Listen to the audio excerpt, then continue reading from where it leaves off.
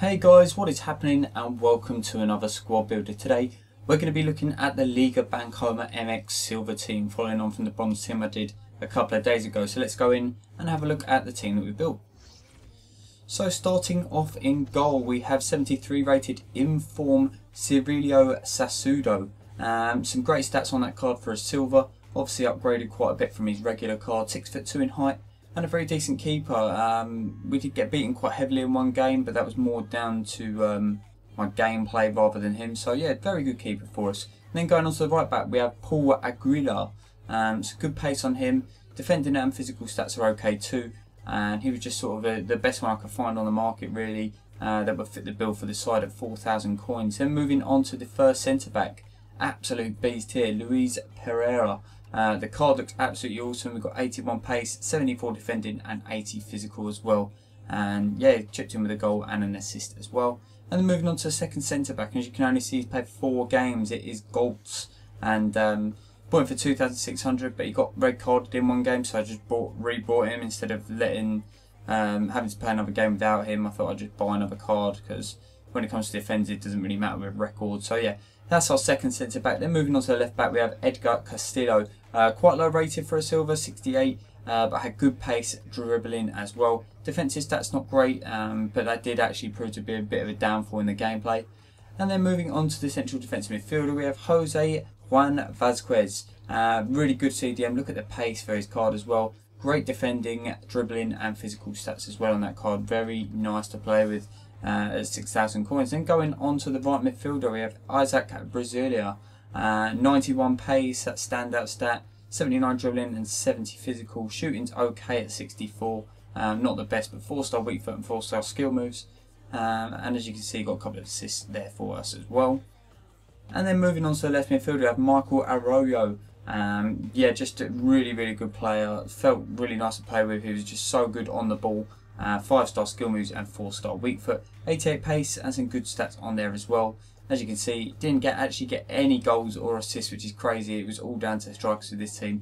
And then going on to the cam here, we've got Carlos Pena, and played obviously 11 games as well. 3 goals, 5 assists, and just a very decent player. The only downfall with this guy is he just seems to get injured a lot, so you have to use a lot of healing cards when you're playing with him. He got injured probably about 5 or 6 times throughout the 11 games, which is insane. And then going on to the strike pair, we have the first one, Franco Arizala, and his card looks awesome. 88 pace, 73 dribbling. His shooting's not great, but his physical's decent on there as well. And he's got a nice Hawk card on there that came with him as well. 6 goals in 11 games with 1 assist. And then going on to this guy, and a lot of you will know him, is Maicon Liete. Only rated 69. He has 92 pace, 4-star skill moves.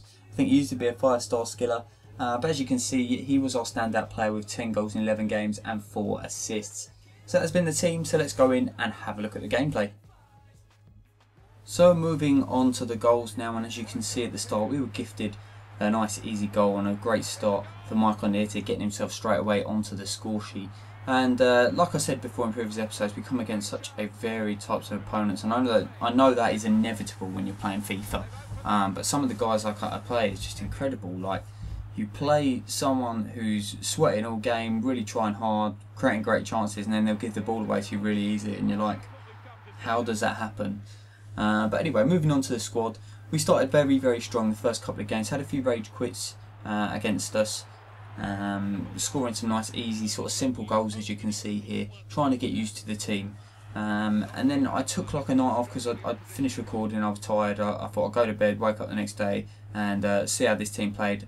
And I did use them again and got beat 6-0 and 2-0, and I was like, how's that happen? After these first few games here, I was playing brilliant, creating loads of chances, maybe not scoring all of them, but I was creating a lot of chances. And then when I came back and played, I got beaten in 2 games, so I was like, what has happened to this team? I have no idea what's happened, and I had to build up a bit of momentum again. As you can see at the start here, the strike partnership is working well. Michael Niete here, this guy sort of giving up, manages to walk all the way through and then just slots it in. And then the guy started trying again, and yeah, he just gave the ball away here easily. Arizala there coming through, nice little bit of skill, maybe overdone it a little bit, but taps it into the back of the net. And then we wrap this game up for 6-1.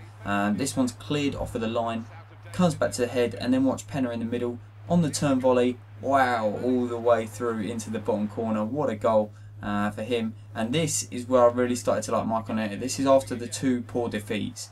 And that starts us back off. We had to wait almost 70 minutes into the game. I was so frustrated with this team. I was starting to give up. And I was like, this is killing me. But then Michael Arteta turns around and just look at this. This is out of nothing, just from a throw-in. Turns around and what a strike from such a small fella. The only criticism I have of him is his weakness. Like, if he hasn't got a load of space to run into, you're pretty screwed because he's not going to beat many people to the ball with his physical attributes. And look at that for an own goal. You see a replay of this in a second. This got us started for this game. I did feel a little bit sorry for this game. He sort of sighed a bit of, it was just a bit of a sigh down the microphone from him. To Rat there, I don't know how he managed to do that, but he did. And then we were at 1-1, and this was to put us in front. Look at this, from the rebound, comes back out, Michael Arteta on the volley. What a goal, right across the keeper. And I was so surprised because he just came out with these brilliant finishes. I've never used him before on FIFA, but I'm really glad I've been able to use him in this team because he was awesome. As you can tell, 10 goals in 11 games, the 2 games that we didn't actually score. And Arizala coming through here to score.